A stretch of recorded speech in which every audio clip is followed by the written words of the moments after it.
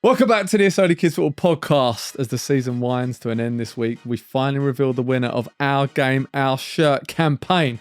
We'll be looking back on 2 matches, including the latest instalment of our Chavico. We also discuss our newest signing, and yes, he's a defender, and he loves it. Beyond the match reports, we'll dive into the usual ups and downs of coaching our sons and answer a whole host of listener questions. We'll cover everything from the value of 1v1 coaching to dealing with players leaving and the age-old dilemma. How many players are too many for one squad? Joining me as always is my co-host and assistant manager, the man who helps me get through it all, Mikey Clark. Mikey, how you doing? I'm good. Yeah? I feel like on the drive here we had no energy or negative energy. Yeah. And as soon as we're so professional now, lights came on, action. There was a lot of energy, but it was mainly anger on my part. But yeah, how can you be angry when 11-year-old Molly Harvey designs a brilliant shirt? So we launched this campaign with VC, Our Game, Our Shirt. And Molly Harvey, she's 11 years old, want to shout her out. She plays for Lee Lionesses. She won. So the whole campaign was about celebrating the true spirit of youth football. We asked the players, of the people, obviously it's the parents that follow us on social media, but then to get their children to design a shirt that acts as a powerful reminder to every adult on the sidelines that this game belongs to the kids and not the parents. And Molly put together a lovely design. She reached the final alongside Lottie Perkins, Finn Gallant, and Noah Everett-Lee. All were really fun, brilliant designs with some really great messages on there for parents. But it was Molly who won the public vote. And Molly said football should be fun, bright, and lively.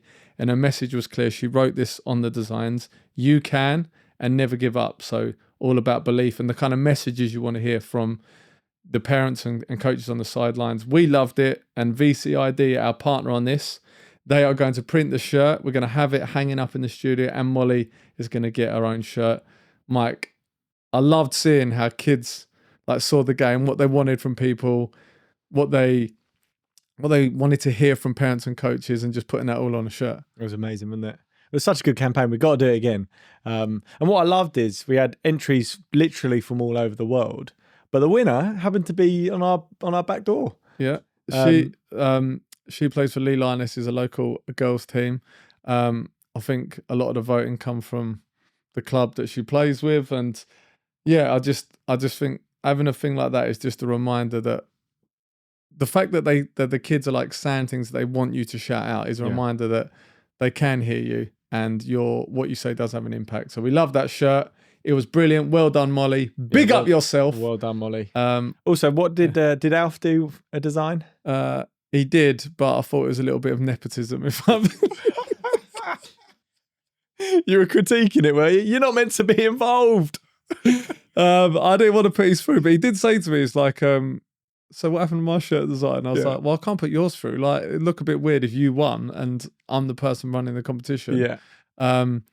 But I actually can't even Can't remember. Well, I'll tell you about Raf's then. Right. He just drew the Brazil shirt. No, You've not really got this. You know what? We did have a few designs like that.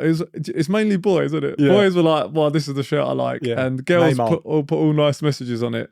But boys, unsurprisingly, were just a bit selfish.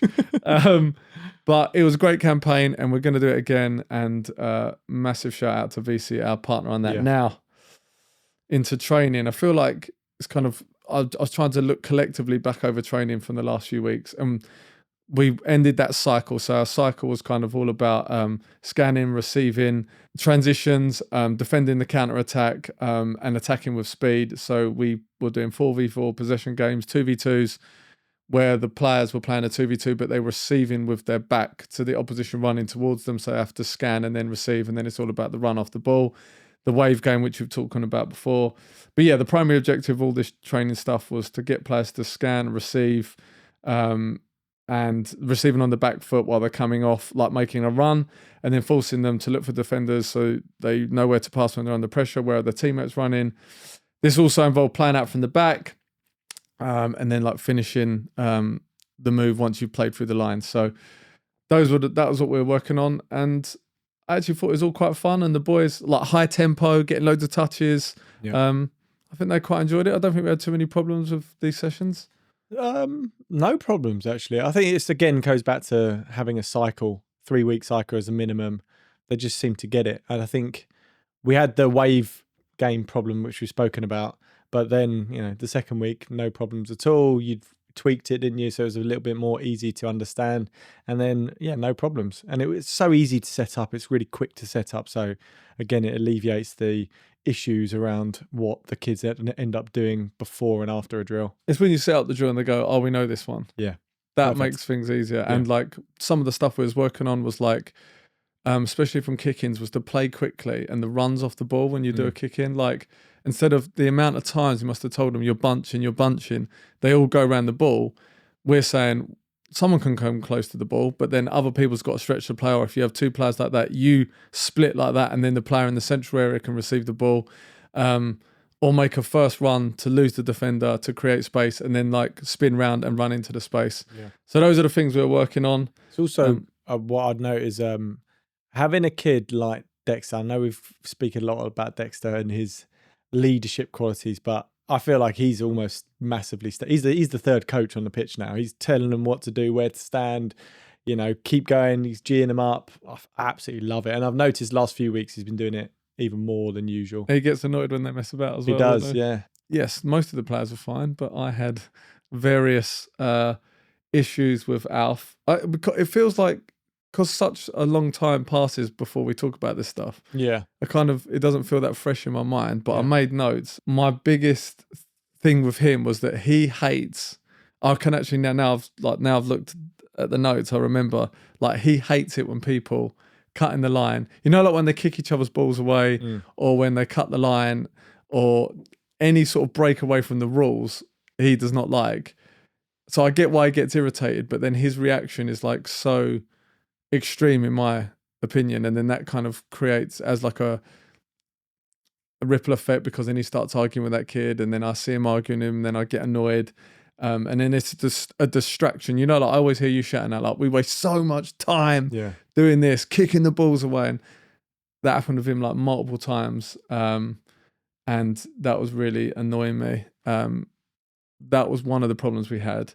And then also, I don't know if you remember, in the last week, again, his technical ability, no problem. We see this in games and training, but for me, it's about work rate, starting with intensity, not like sprinting, being aggressive, being on it. Like, it's all a bit sort of lackadaisical. But what is annoying for me is when he goes to Ballers or Free Lions or Complete Football Academy, he does not do that.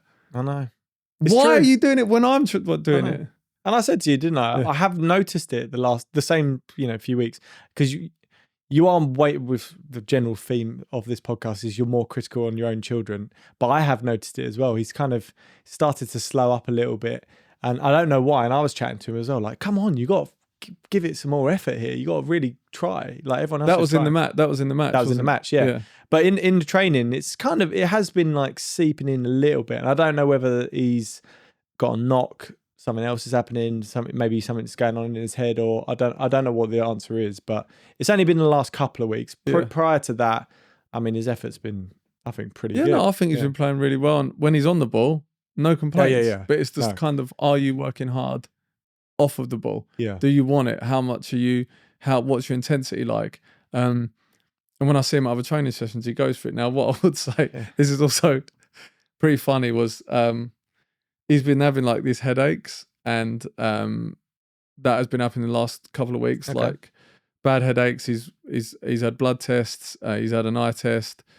He had a hospital appointment yesterday. Like just kind of trying to see what the problem is. They gave him some medication for it. They're just kind of trying to work it out. It might be nothing, but I was.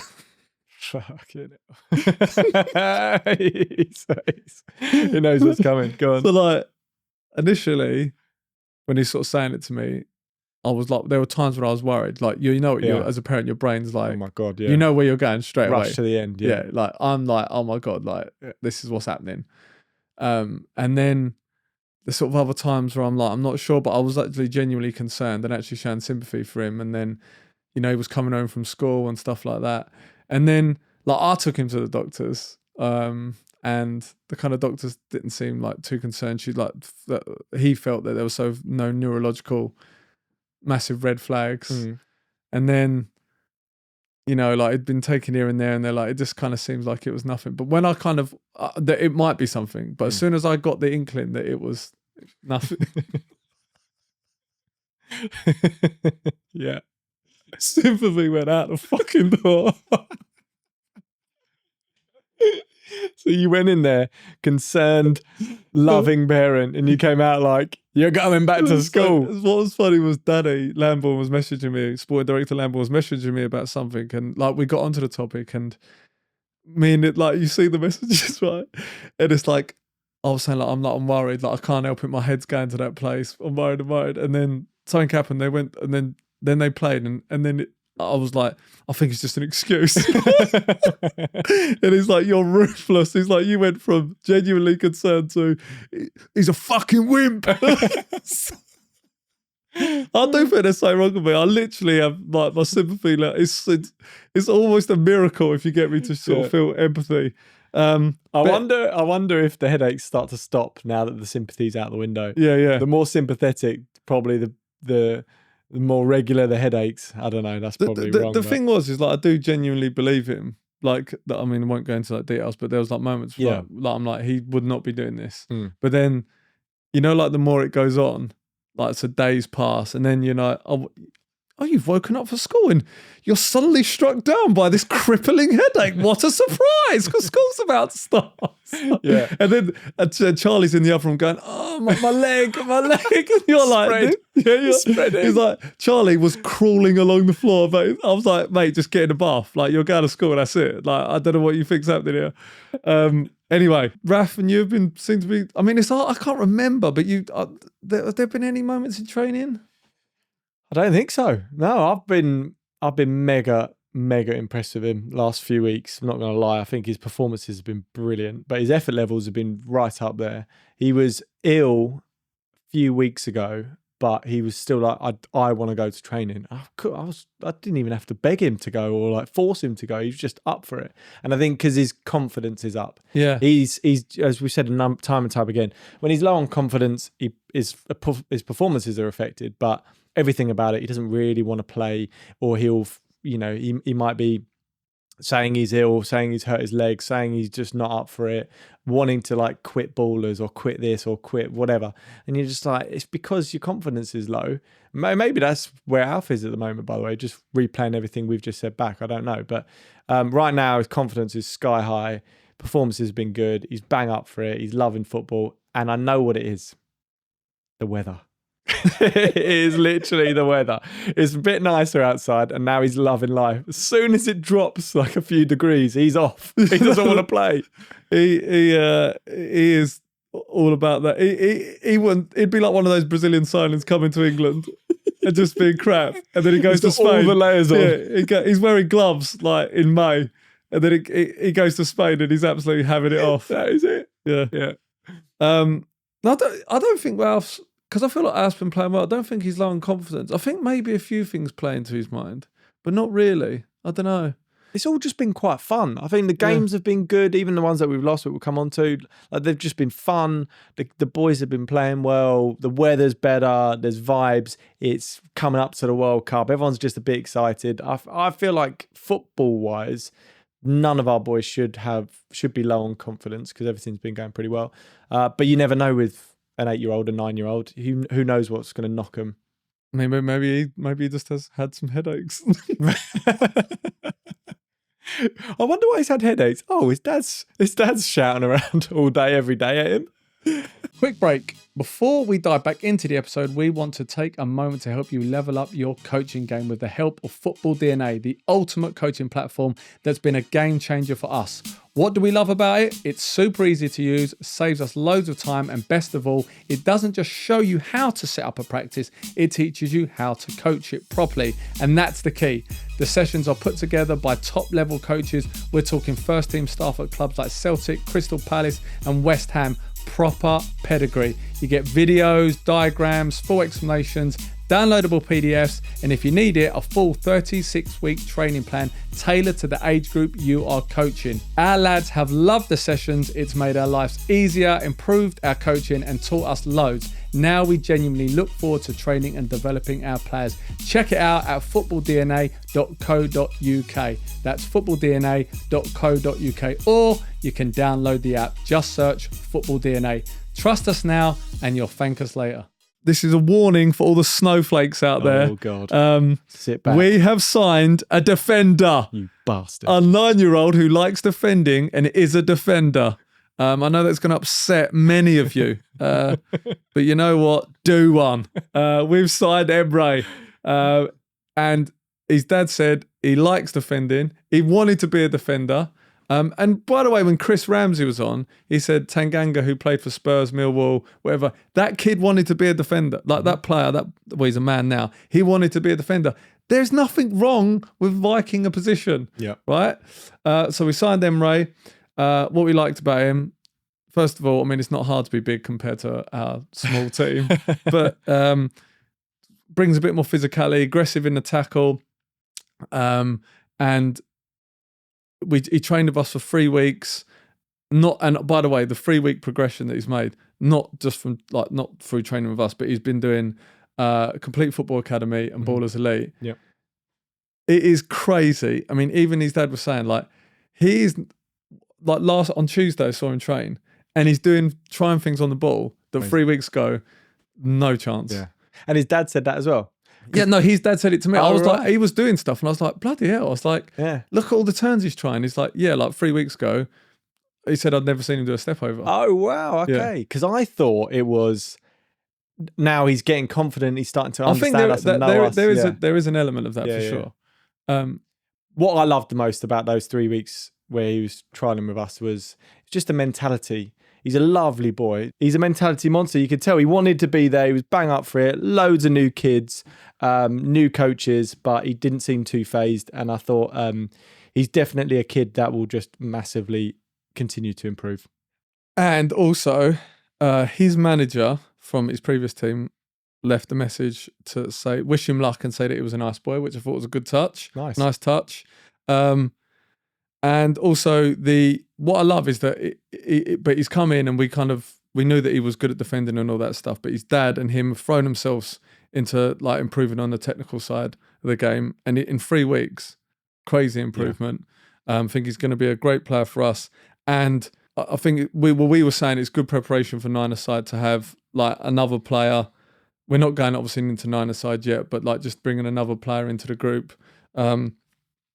And those matches are 60 minutes long. And if we play a year up, which we might be, they won't lose as much game time as we thought because their matches go to 50 minutes at under 11s. Yeah. So welcome Emre. And he's a defender, just to reaffirm that. But Emre, once he joins the group, will also get to enjoy the fruits of our VO relationship. Oh, yes. Yeah. And it's a little update, and I know this was a problem. We'd spoke to a few people about this. Now with the VO Go, big update from VO, you only have to use 2 phones. You used to have to use 3 phones, which basically are the 2 phones that went into the... Michael, if you would like to show off the product. You put 1 phone on this side and 1 phone on this side, but then you'd need a 3rd phone to operate it. And what they're basically changing... Not anymore, Michael. Not anymore. So, same recording, all the same good stuff that you get with the VO, but now you only need 2. Now, the VO AI merges the footage into a panoramic pitch-side view of smooth follow cam, ensuring every moment is captured. Once you have that, you simply scan the QR code to connect the phones in place in the rig and hit record. So there's no camera person that you need, like a camera operator is needed. The VO Go follows the action automatically so you can focus on the match, which would have been annoying. I guess, we obviously had the main cam, but you had it in training where you're the person who's manually sort of making sure it's going. You don't need that anymore. Yep. Once the final whistle blows, got your recordings, go to the VO editor, clips, feedback, share it with friends and family. You just got to be doing it. I mean, the big mama over there behind your head is incredible, right? Absolutely amazing. But if your team, or your club can't get the funds for that, it's such a good option. The 2 phones now it genuinely is a bit of a game changer because most clubs will have 2 coaches and they're not going to be checking their phone midway through a game. So just set them up, super easy. Download the goals, download the clips, watch the whole game if you like. I'm sure that your parents would be, bang up for it, and always post it on social. Get a lot of love in for your team.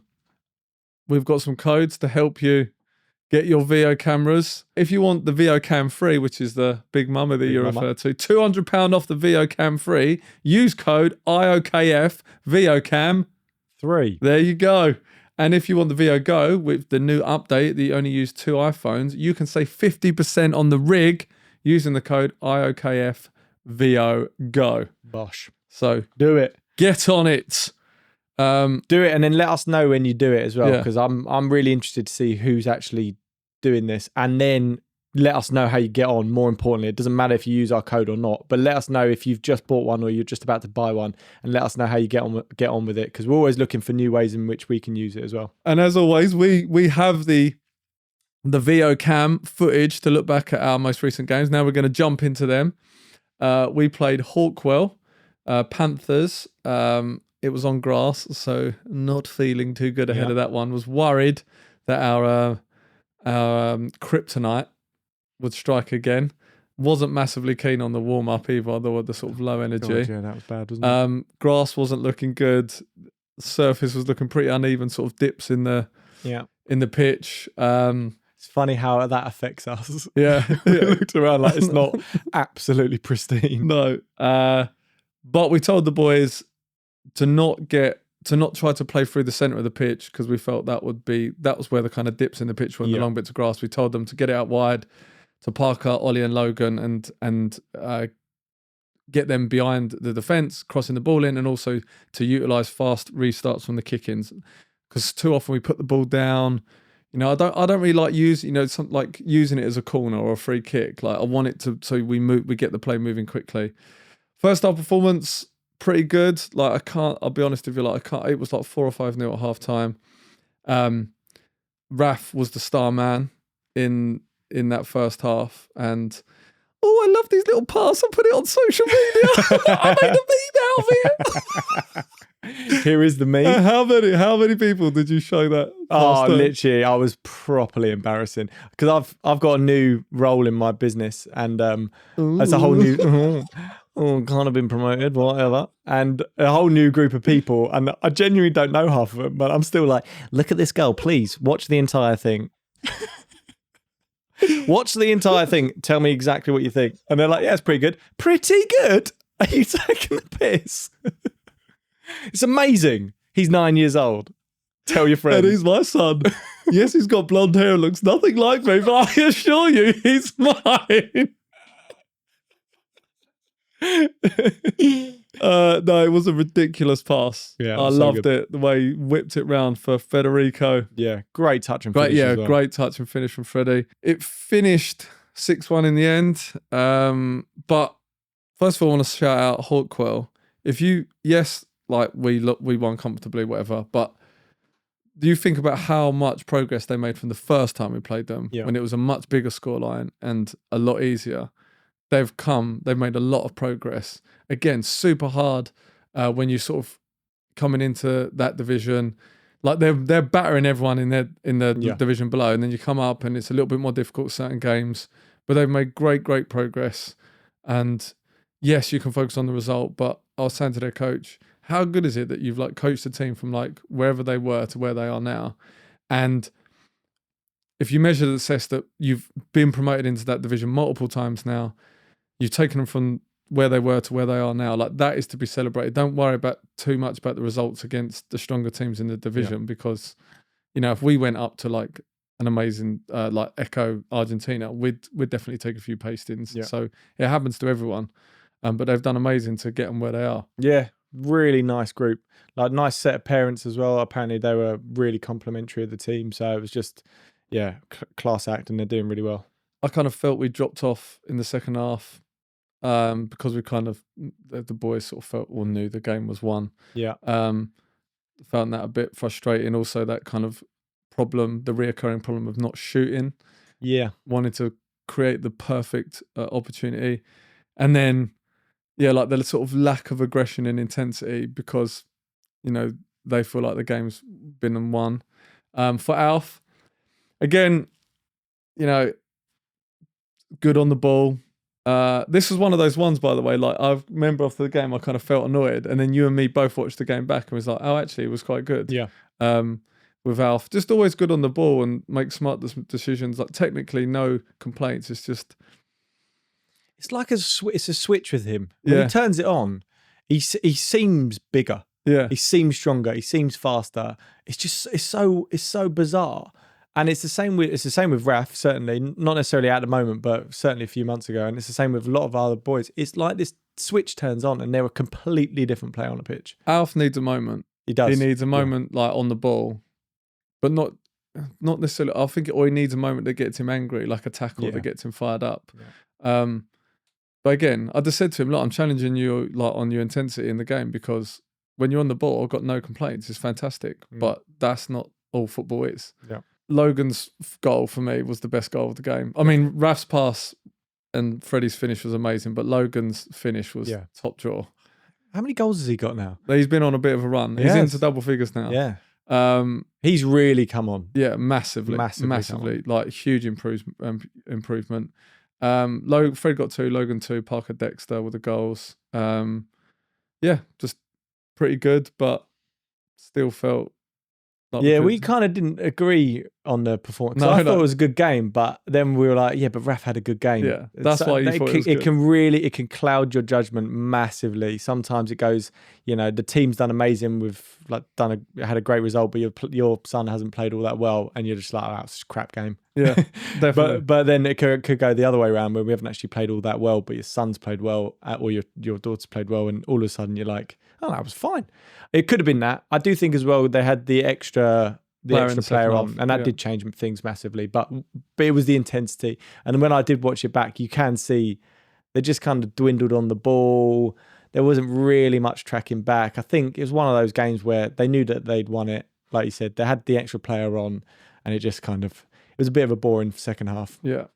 But then, from our point of view. Yeah, for sure. Yeah. But then an entirely different challenge and atmosphere. El Chavico, the 4th El Chavico of the season. Why are we playing them so much? Yeah, well, I mean, I'm glad you bring that up, Michael, because this is exactly why you cannot have league tables at this age group, because we're the only team that have played the Blues, who are, let's say, deemed the strongest team, right? We're the only team who have played the Blues 4 times. If you're playing the best team 4 times and you're not playing 2 other extra games against weaker teams, how could you possibly have a league table that in any way could be deemed credible or fair? But I don't say that as a complaint. I like the challenge of playing. Yeah, I like playing them. Yeah. Obviously, we get on with them. It's just a good atmosphere all around. I really enjoy that challenge. It's one of those games where, I mean, every game you look back is so tight. Yeah. They won the first one of the season 5-4 because, for a number of reasons, one, the ref played 2 extra minutes, and they cheated because mainly that. Yeah, because Kev let the ball run for his legs, and they would shithousery time wasting. So I don't even know if that first one counts, because that was absolute bollocks. A couple of little points. Yeah. The second one was we won, which was completely fair and legit, and a fair reflection of the game. And then the third one was when that was the weather. That was the weather. Yeah. That was the weather. So that one doesn't count either. That was the Night King. That doesn't count. Yeah, that doesn't count. No way. And and then this was the 4th one. Yeah.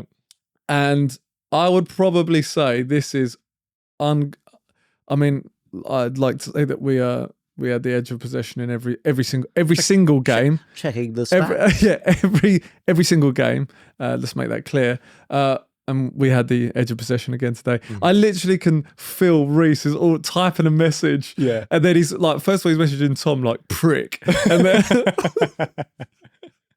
but this game was insanely close. There was literally about 4 chances, 2 per team, apart from the goal. So they won 2-0. But before that, Dexter hits the bar at the start. Then Parker misses one from close range. Yeah. He got in a great position. We counter-attacked it. Everything was right. Just not quite right on the finish. And that would have put us, though both those would have put us 1-0 up. But then Harry on their team had a free kick, great save from Albie, and then I don't know who it was the kid. It might have been Henley.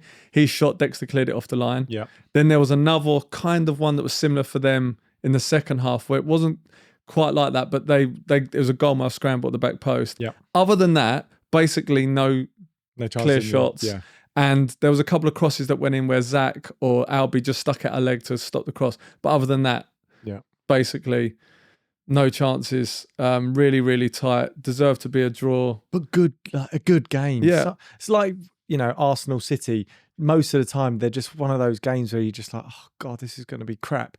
And it wasn't that. It felt like it was super tense, really good. There was really good passages of play. It's just excellent defending, probably, is what you'd say all around. Well, that is the first game we haven't scored in all season. Is it really? Yeah.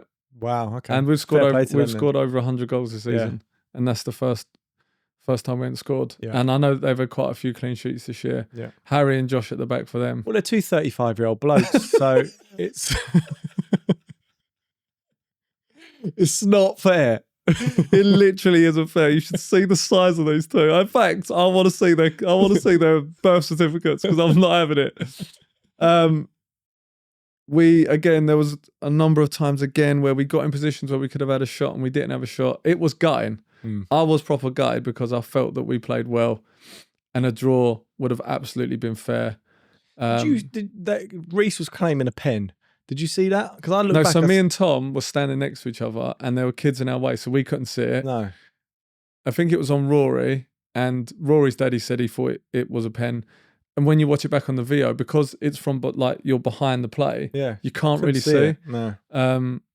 Knowing Rory, it's probably some shit housery. So. But I rate Rory for it. He kicked the ball away as well. I think that was brilliant when he did that. I'm absolutely having He laughed though, didn't he? He did, and I loved it. But both their goals came in the last 5 minutes. So unlucky.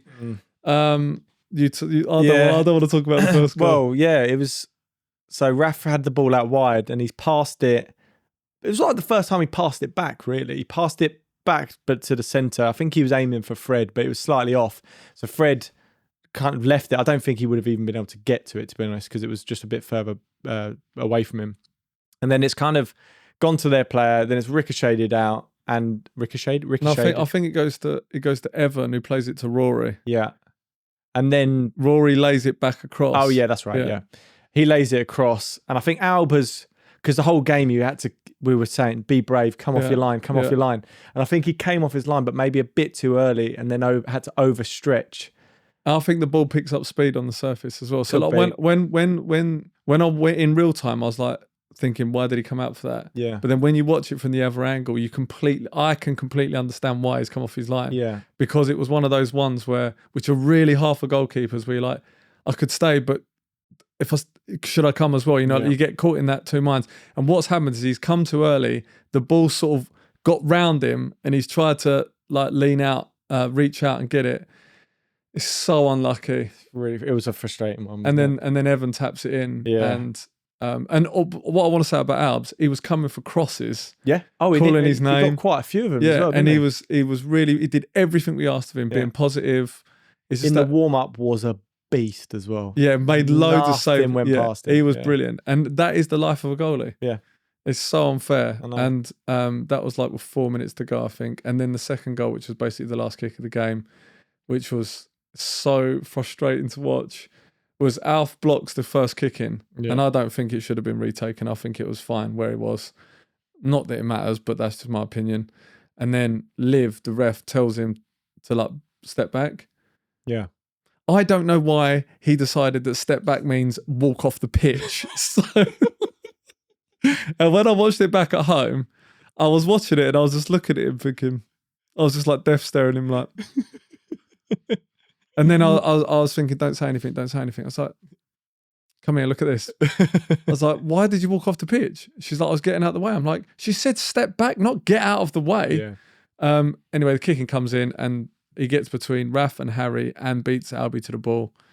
Evan, that kid, How He many? scores against us He's every like time. Didier Drogba for Chelsea against Arsenal. Yeah. And we are Arsenal. Yeah. 100. We are so Arsenal. Oh, yeah. Big time. He He scores against us every time. But he actually had a really good game as well. He did. And for a game when there wasn't loads of chances, he was, again, a thorn in our side. that was like so Arsenal, that where we have like pivotal moments where we had opportunities to score, don't take them. Yeah. And then they punish us. And they've done that in the games that we've lost this year against them. Yeah. They've done that. And then obviously we watched Arsenal lose to Man City in the afternoon. Oh, God. It was horrific. Worst day ever. And it was Romy's birthday and I ruined it. Yeah. Ruined it by just being miserable all day and having to be like that fake. I was dying inside, miserable. And then she'd look at me and go, happy birthday. And then she'd walk out and be like, fucking hate this. Don't talk to me. It's completely fair. And I was gutted after we lost that game, but we did play well, and I'll take encouragement from that. Two communication lessons, by the way. One was the Alfie one around, just them getting confused for stuff that we just don't understand because we're adults, and the other one was Raf, because he just kept saying that pass, like he was really down. He was going that pass, but at the time I didn't think it was a bad pass, so I didn't know what he was talking about. I thought he was talking about one of his teammates because he's got a history of moaning, and I would like, I don't want to hear it, I'll take you off if you're going to moan about your teammates. We need you now. I thought he was moaning about his teammates, but he was actually just upset with himself, and I think that really didn't help those last few minutes because I knocked his confidence by just basically telling him off for him being sad at himself. So just that lack of communication sometimes, or getting confused with certain comments can really derail a child. Yeah, that's why I was trying not to be too annoyed with Alf, but I'm like, I don't know how you've like misinterpreted that. Yeah. But he is 9, so it happens. Freddie, man of the match. He thought he's brilliant, Fred. Absolutely. He worked, man. He grafted, and I think he was really upset at the end. Yeah. Like he wanted that win. Dexter thought again, El Capitano performance in terms of effort levels. Was it Tom? Tom or Reese was like, yeah, Tom was like, I hate Dexter. It's like everywhere. He's just everywhere.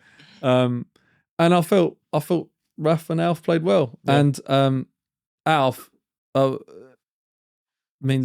director Lambourne, his picks for what he thought played well was Alf, Fred, and Dexter. And I thought when I watched it back, Alf in the second half again, there's like a moment where he just, and I said it to you on the sideline, he come alive. Yeah.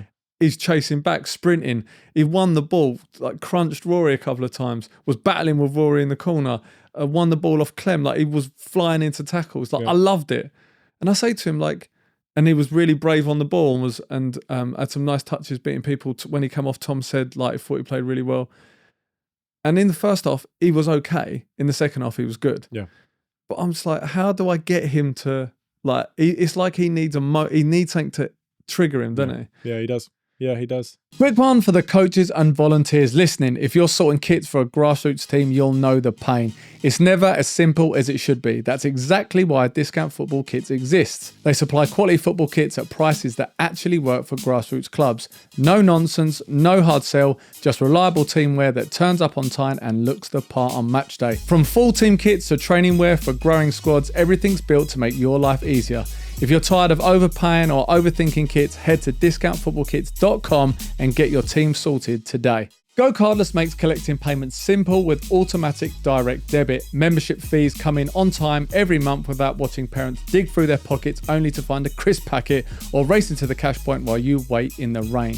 There's no more, I'll give it to you next week. You can just drop a link into your WhatsApp group and bingo. Payments are sorted. It handles the admin too, automatically keeping track of who's paid, what's outstanding, and retrying any payments that didn't go through, helping your club keep a steady cash flow for pitch hire, kits, and equipment. You can even pause or adjust payments when families need flexibility, keeping your club supportive and inclusive. Go Cardless takes care of the money so you can focus on running great sessions and growing your club. Before we move on to listener questions and shout-outs, want to give a big shout-out to the Blues, Lee Ramblers Blues charity drive, which is Tom and Reese's team. So they did a raffle on the day, big fundraising effort. They raised a significant amount of money. So the raffle alone raised £1,200, but they've done some other stuff throughout the course of the season, and that has been £2,500 in fundraising. I'd like to give absolutely zero credit to Reese. Tom's wife, Amy, Natalie, Claire, who's Evan's mum, Sorry, other mums, I don't all know your names, but they all put in a brilliant effort, and the raffle was great. And actually, Charlie's mate, my youngest, he won the Warren Gabriel shirt. Yeah. I went round his house and I said, "Where'd you get that from?" So now it's in your house. Yeah. He's got the box, but you've got the shirt. So well done to them, brilliant. And now we've got one game left, which is Holbridge Whites, but we're going to do some community shout outs and listener questions. So our first one is to Gavin Horn. He is a dad of 3. His kids are under 9, under 7 and under 5.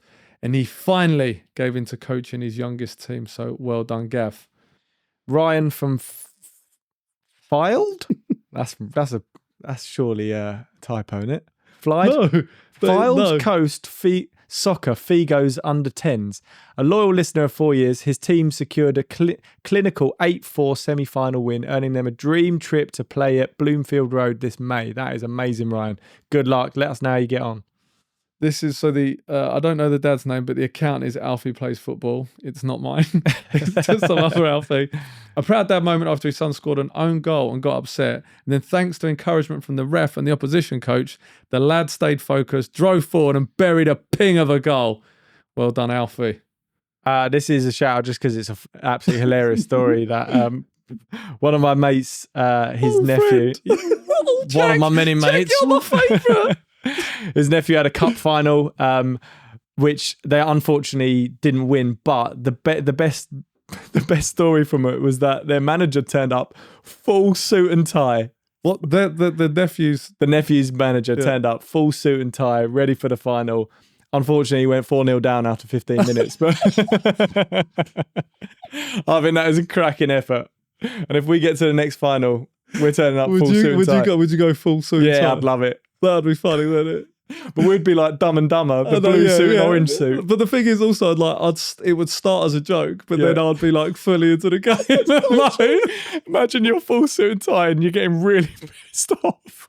And then you're depressed when you lose. You're still in this basically fancy dress. Yeah, I mean, that is exactly what would happen. So now on to questions. So Steve from West Lothian FA, he's a veteran of 20 years in grassroots. Steve highlights the hidden workload of shielding kids from the sideline negativity and managing parent egos. He wants to know, how do you set firm boundaries to protect your own well-being and enjoyment over this? That is a difficult one because you feel like you're in a role where you're trying to keep everyone happy and do your best for everyone. But I feel like if it gets out of hand, then you maybe have to say something or, don't reply to every message or I don't know.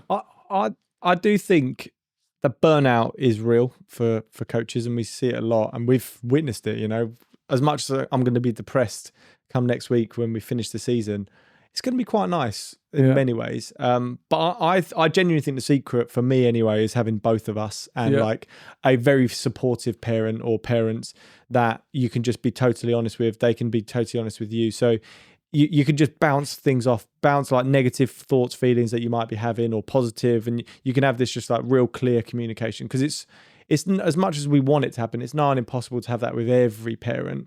But if you've got that, like a close friend or a coach that you're coaching with, that makes a big difference. I really, really feel for those grassroots coaches that are basically in it by themselves on their own.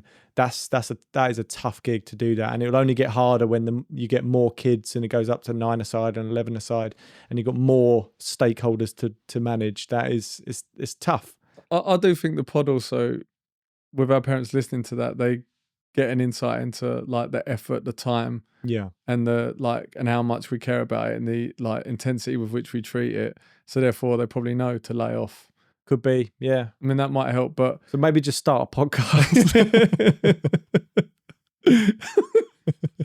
But yeah, it's a tricky one. I'd just say, I guess at some point, if it gets out of hand, you got to say something. Yeah, you don't want it to. You got to know where the boundary is. I guess you got to set a boundary, but you got to know where it is so you can act upon it. So Adam Texera, which I've definitely got a Rajo. I know this guy's messaged in a few times and he's given us an alternative because they know that we're incompetent fools and cannot pronounce his name. But I just done it again. What was the alternative? No, he said, I might have just said, just call me Adam. But you refused to, just like a Brit. Yeah. I'm going to say it the way I want to say it. Sex era Arajo, all right? Yeah, I'll just call you John. Yeah. After growing a group from 5 to 50 players, Adam felt a little bit let down when players left and secretly joined another club. And I think some people that was helping him with the team did that as well. He wants to know, how do you handle such a deep break in trust, and does shifting to a club-first mindset help or hurt grassroots ethos? It's hard to know without knowing all the details. Yeah. But in my mind, try and see it from their perspective. They might find it, like, it is obviously hard if someone does that, but they might find it super awkward, didn't want to say it to you. There's that avoidance, so you just end up avoiding it until it happens.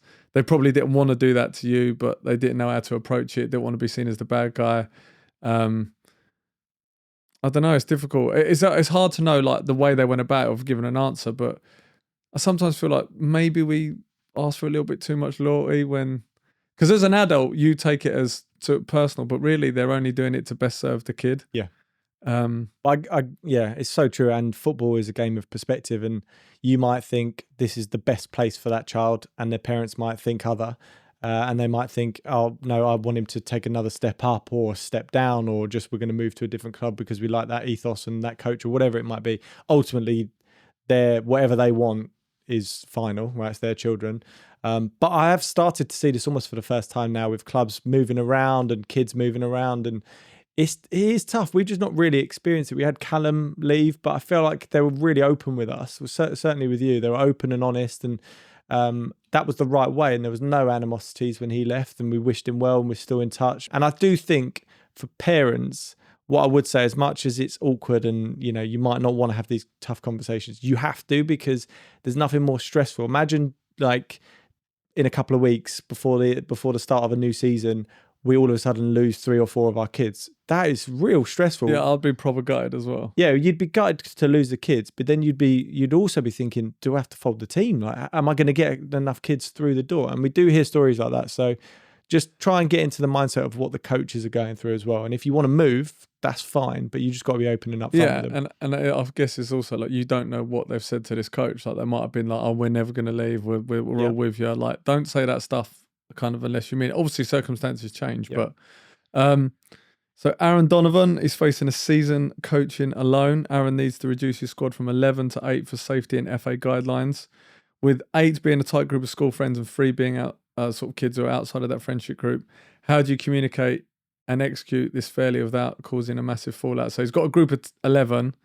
They only need to have 8 in the squad according to FA guidelines. I think they're probably playing 5-a-side. Yeah.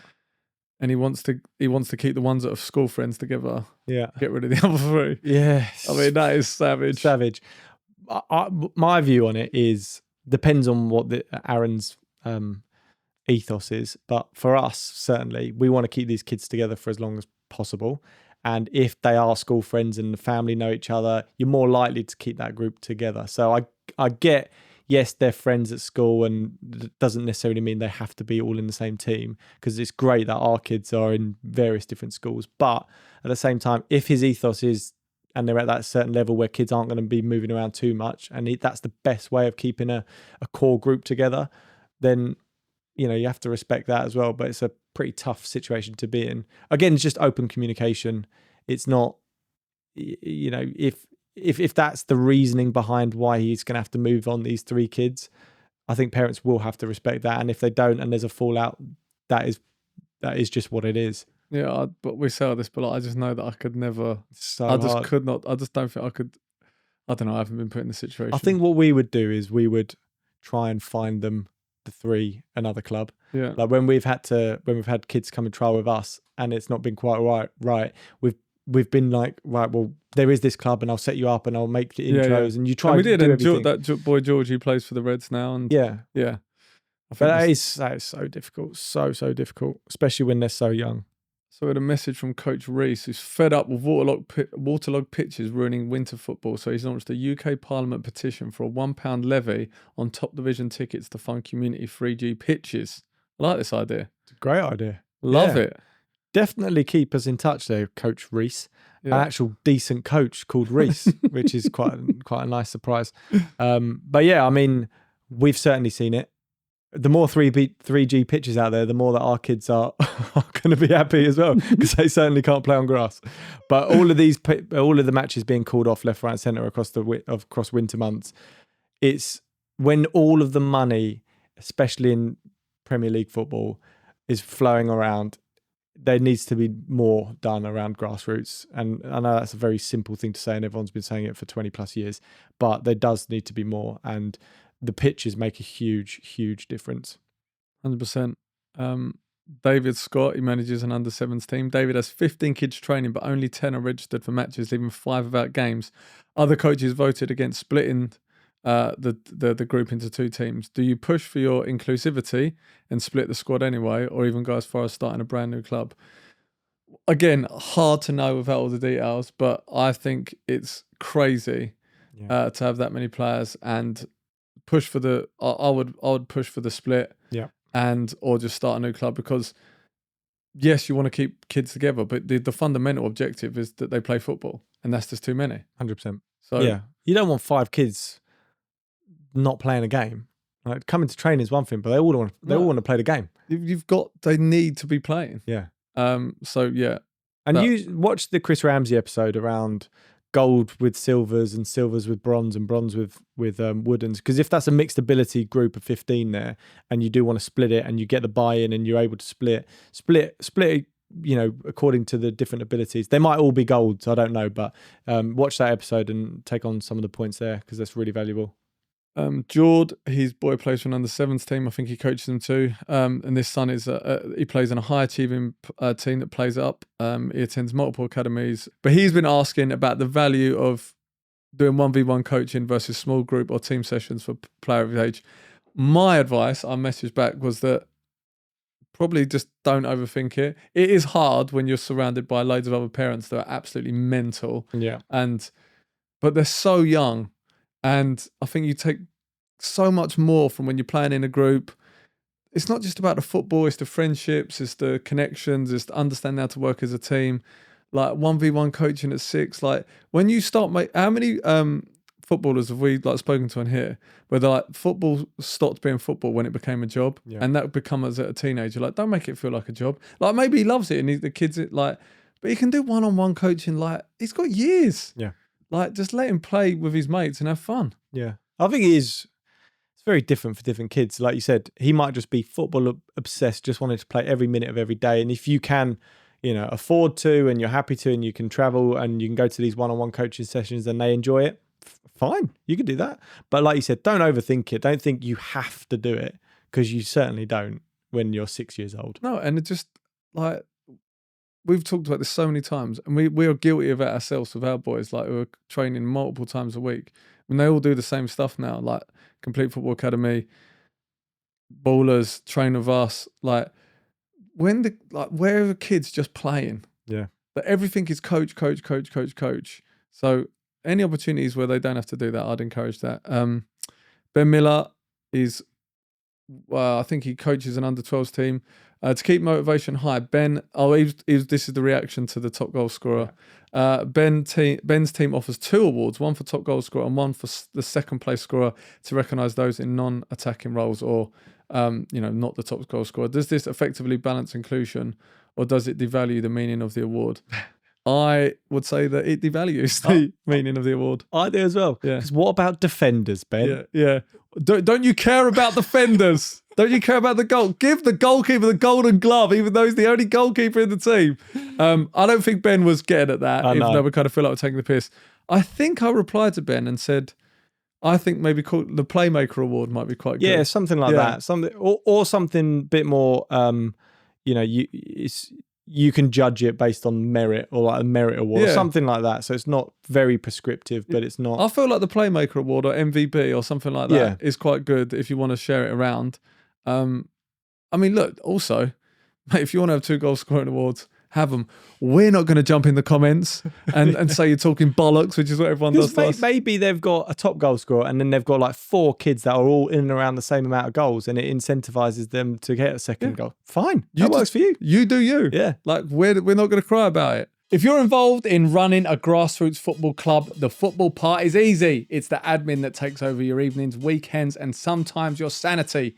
We're excited to partner with Love Admin, the super simple club management platform designed to take all that admin stress off your plate. Whether you're managing a youth team, a community club, or a full academy, Love Admin helps you run things smoothly without drowning in spreadsheets, WhatsApp groups, and late night payment chases. Love Admin handles memberships and registrations, automatically collects payments on time without you having to chase anyone, keeps all your messages to players, parents, coaches, and volunteers in one place, helps you organise volunteers, and gives you clear reports so you always know what's happening across your club.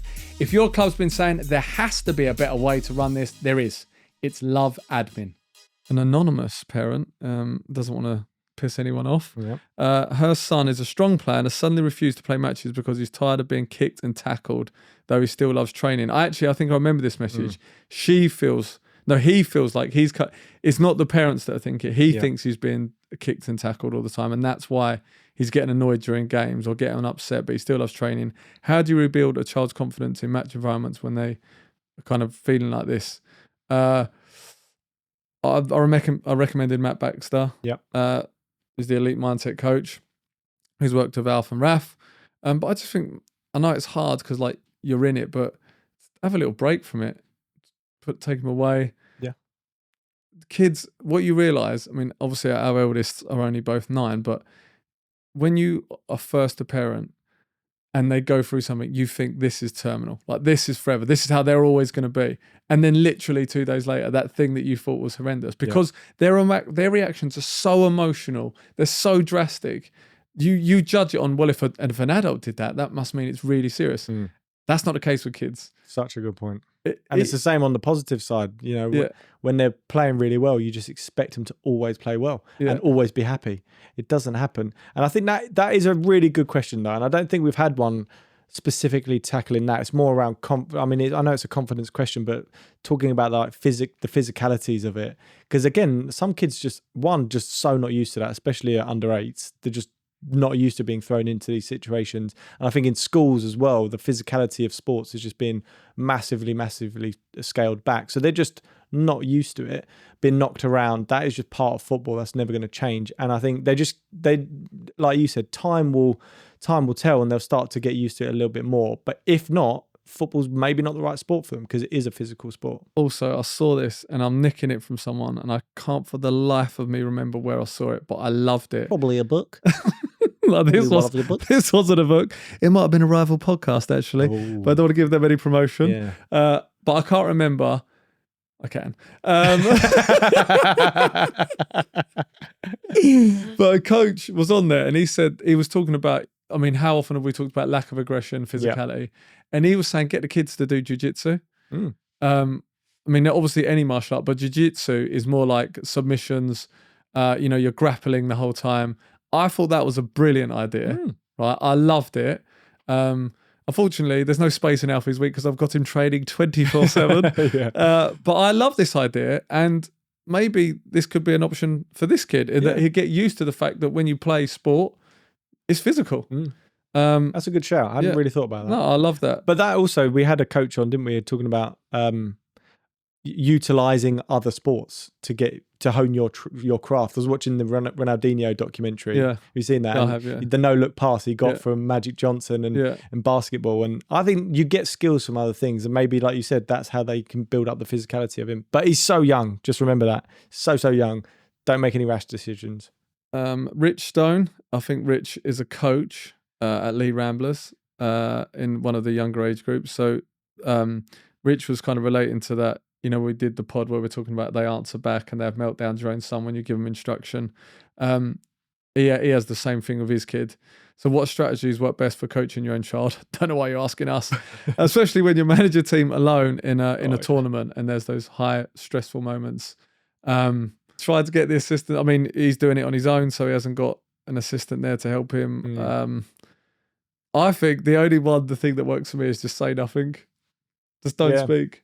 Say nothing, don't speak, watch your body language, try and stay positive as much as you can. Again, feels very out of turn saying this because we don't do this a lot of the time, but I think it's getting someone around you so you can vent to them. A lot of the times, the reason we've got so much better is because the emotions are still there. Our reactions are still there, but we might do it to each other and not to the kids. And just like getting that out of your system, flushing it out can really, really help. Yeah. And often the exchange between you and me is just leave him. Yeah. As you're holding me back.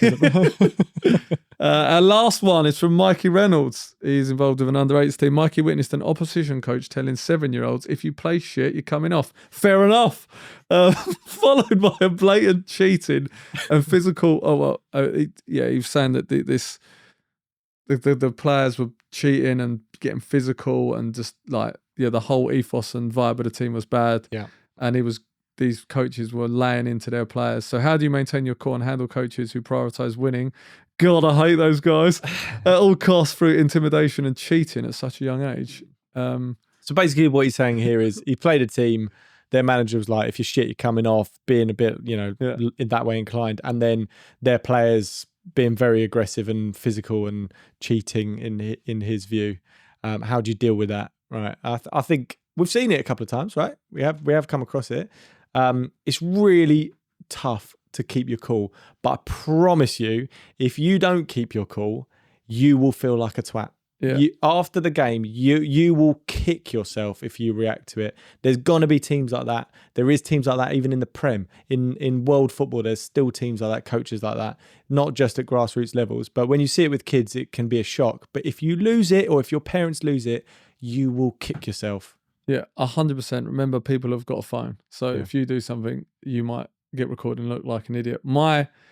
Some people might not like this response. So with the coach, that's going to flare up. I'd probably let the ref try and deal with it or not say too much to the coach. What I would do is I'd say to my boys, fight fire or fire. Like if they're going to do that to you, then get stuck into them. Even if they are 7. Yeah. I would just be like, this is football. Yeah. And also stay calm. Don't get emotional. The best way to counter this is to beat them. Play your game. But listen, if they're getting stuck into you, get stuck in back. Yep. It's going to happen. And they probably won't at first, right? No. Every time we've experienced something like this, and there's loads of different variations of this. Like we had, those fellas on the sideline just going absolutely ballistic in the corner, and it really affected our confidence. I don't think our boys would react in the same way if that happens again. Yeah, because they've had it happen before. Exactly. So take it take it as a learning, and especially when they are so young, there's going to be way more of this. This is going to happen all the time in different variations. So just take it as a learning, but don't let them, roll over.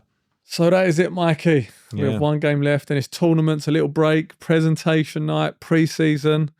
And then we'll be back into it. Holbridge Whites is our last game. Then we're going to do a little end of season review for everyone. And then we've got a whole summer where we're going to be looking back on our tournaments and friendlies and preparations. We're going to have loads of guests on. And of course, there's the World Cup and getting over Arsenal's mega implosion and hating football. I honestly don't know if I'll be able to pick myself up again. Oh, God.